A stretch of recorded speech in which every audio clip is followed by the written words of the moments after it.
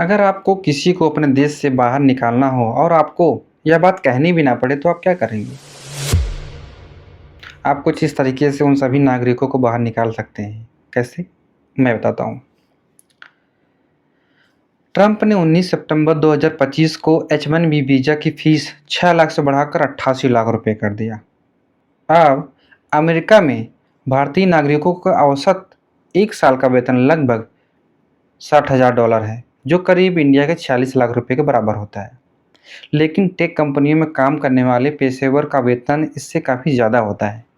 उदाहरण के तौर पर अगर सॉफ्टवेयर इंजीनियर का औसत सैलरी लगभग $1,25,000 होती है, जो इंडिया के करीब 1 करोड़ रुपए तक पहुंच जाता है।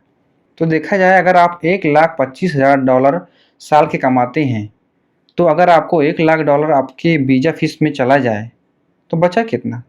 लगभग $25,000। जो 1 साल का लगभग 22 लाख रुपए होते हैं। अगर आईटी सेक्टर के सभी इंजीनियर इतने पैसे भारत में बना सकते हैं, तो ज़ाहिर है कि वह भारत में ही आएँगे और आना ही पड़ेगा। और अगर सामान्य तौर पे जो नागरिक बिज़नेस करने के लिए जाते हैं, अगर वह इतनी इनकम ना बना पाए और उन्हें हर साल $1,00,000 वीज़ा रिन्यूअल फ़ीस देना पड़े, तो क्या होगा? क्या वो लोग रह पाएँगे? बिल्कुल नहीं।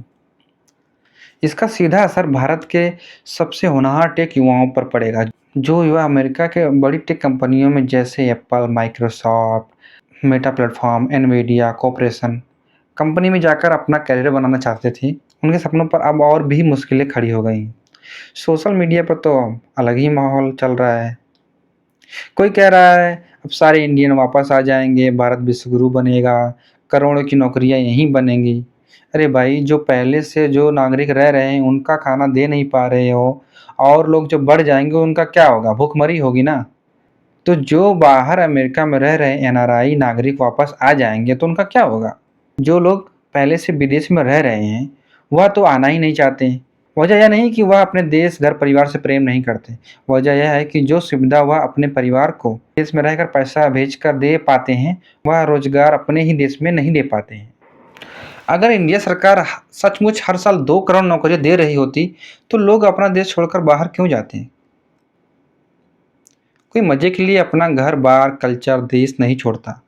लोग तभी जाते हैं जब उन्हें अपनी मजबूरी या बेहतर विकल्प दिखता है। तो नतीजा साफ है, सोशल मीडिया का नैरेटिव और ग्राउंड रियलिटी दोनों अलग है। जश्न कम तैयारी ज़्यादा ज़रूरी है।